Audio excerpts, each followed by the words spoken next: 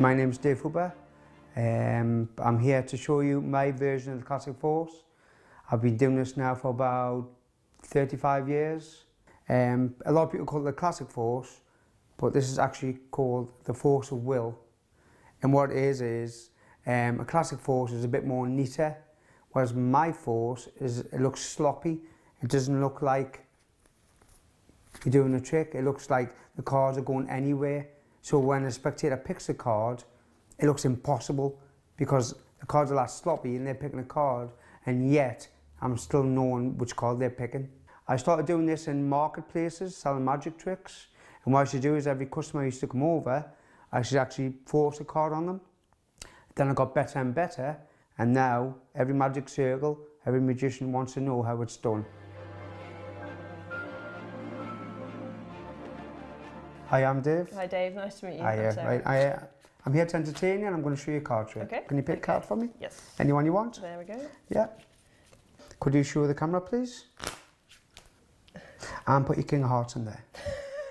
Well, there's no point now, you know what it is. That's good.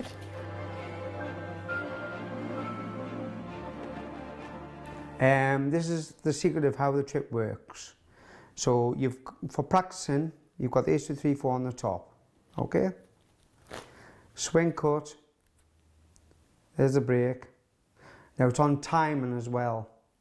So there's the break, so when you spread, that's going to be the ace. Remember, this is for practicing and performing. So even though you're practicing, you're still performing as well. So when you're spreading, there's the ace, there's the 2, there's the 3, there's the 4.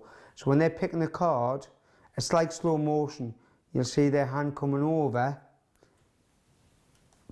They'll either pick that, but then you still have to keep spreading the card. Don't stop, because it doesn't look very good.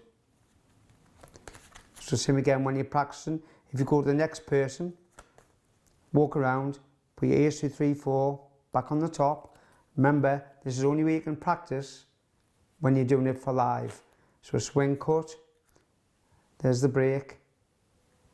When you spread, when you're going faster, you can't see a break, but you know where it is. So they'll pick the ace, 2, 3, 4, but you have to keep spreading the cards, even when they take the card out. Now I've went through the 1, 2, 3, 4. When you start getting better and better, you're going to take a card away. So I'll take the 4 away. I'll just throw it over there. So you've got the ace, 2, 3. Same again, swing cut, there's a break. When you spread, you know 1, 2, 3. Right? When you get better, you do it with 2 cards. Ace, 2. Swing cut, there's the break.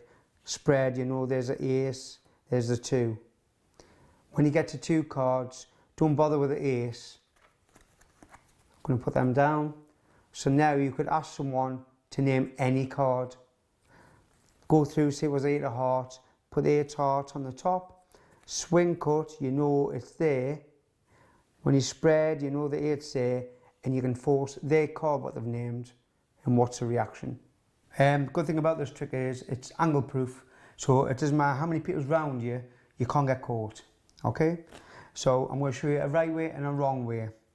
This is the right way. Look through. Could you do me a favour? Could you pick a card for me, please?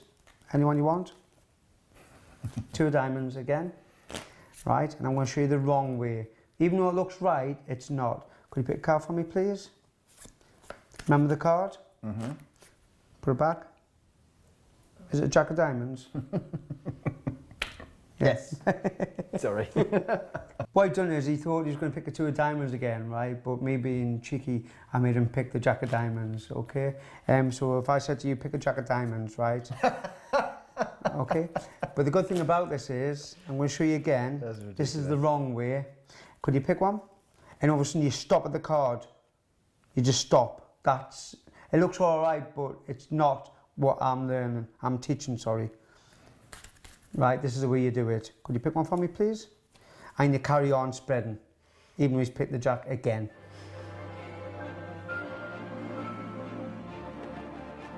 When you're learning my force, you're going to get some awkward people, right?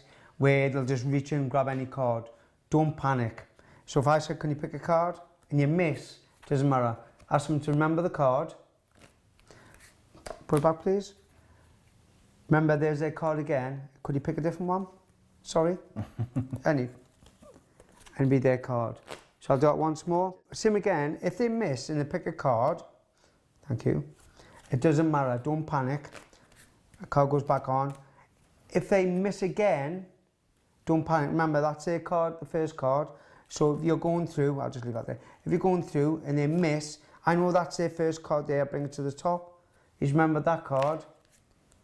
Now we've got 2 cards on top, and it's up to you which way you bring to the top. I just do the pass, and I know they're on the top, and I'll go the first card, and then it's up to you which way you want to change it to the second card. Okay?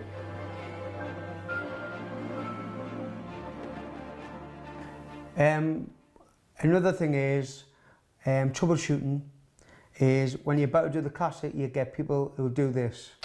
Do you mind if I shuffle a pack? Yeah, no problem at all. Okay. Let them shuffle. It doesn't matter. Let them shuffle.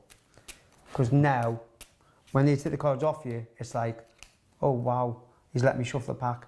Now you turn them over and you actually show the spectator that they're being shuffled, and all you're doing is you clock on the top card.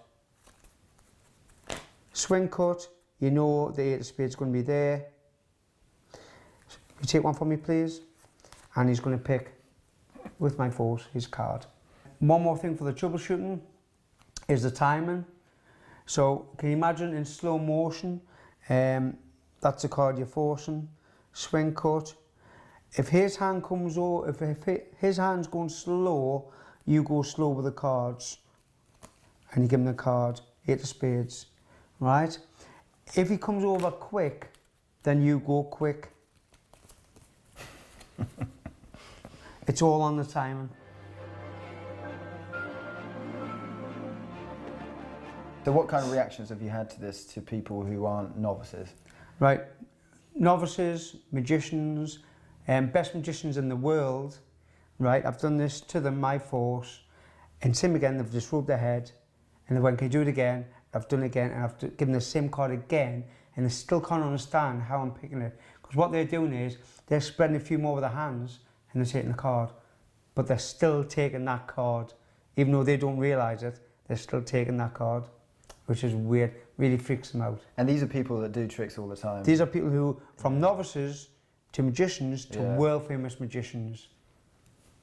Is there a way you always know that on the second one they're going to go faster or they're going to go slower? Well, on the second, when they take it again, they're not expecting for me to do the same card again. So that really wrecks their heads for them to pick the same card again. Do you find magicians more awkward when they're, or do they go with the trick? No, I find it easier for a magician than a lay person. Why? I don't know. It's just that magicians, really, they're not trying to catch you out, if that makes sense. A lay person, they'll try and fiddle around with the cards. But a magician, he'll just go for the card, which I love because it's much easier for me. Even though they're thinking, well, hang on, I'll go a couple more. And they take the card, and then their heads are just wrecked again because they can't understand. And they'll ask you to do it again, and do it again, do it again.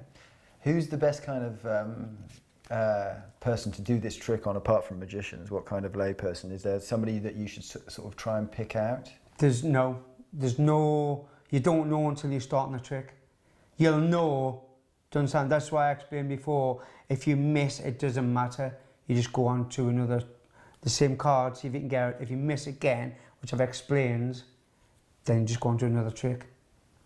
But there's no way you'll guess. You won't know until you've actually done the trick. Okay. But 9 times out of 10, you will catch people if you learn it properly. And there's no difference between male and females, you're saying? Men are easier than females. I don't know why, but some women, because a lot of women don't like the magic, I don't know why, they reach in and sometimes they'll just grab any card. You know, but a man, I know it sounds daft, they'll just reach in. But a woman's a bit more, they try and catch you out all the time. No disrespect to women, it's just that women are a bit harder than the men. Men will just I still catch them out, yeah. But not as easy as the men. More of a challenge. More of a challenge. Yeah, good. Yeah. So it's good to practice with a woman. Try and if you can catch it with a woman, then you're going to do anyone. How do you practice this by yourself? You can't. You can't. No. You can't. You need somebody. you need someone else. That's why when I used to sell in the marketplace, every time, doesn't matter who come, I'd say, here, do us a favour, just pick a card. Every time. So it is good. A lot of magicians say to me, I find it hard to practice because my wife won't let me do it.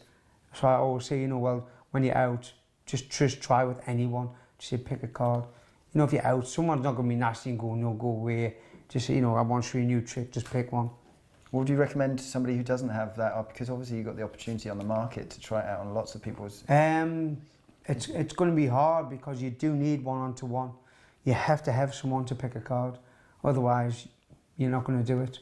And I guess you've got to vary it with different types of people because otherwise you'll learn one person's picking motion, right? You will, yeah. You'll get used to where they'll pick and then you say, do it again. And you'll get used to the speeds as well, like I said before, where slow or fast. Because the same person like yourself, you might do it one time and then the second time, because you're excited, you go faster. But what do you do if you get somebody that's good, if you spread them for me and they're going, no, actually I want this one. Right, exactly what I explained before. Remember the card, swing cut. If you miss, it doesn't matter. So if you pick a different one. But what if they then do, I'll take that. Right, it doesn't matter. Yeah, that one. It doesn't matter because I know the first card's on there. Got you. Right, and then all of a sudden, you're going to your... Yeah, okay. Okay.